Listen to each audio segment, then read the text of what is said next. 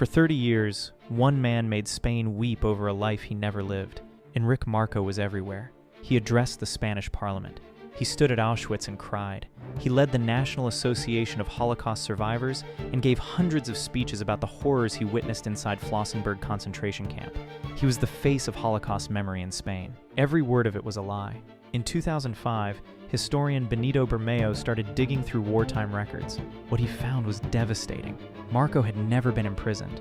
He had traveled to Germany as a voluntary worker, completely free, living a normal life while millions died in camps around him. He had invented everything.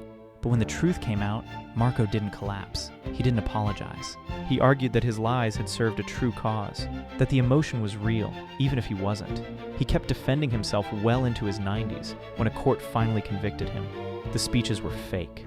The tears were real, and nobody could agree on what that meant.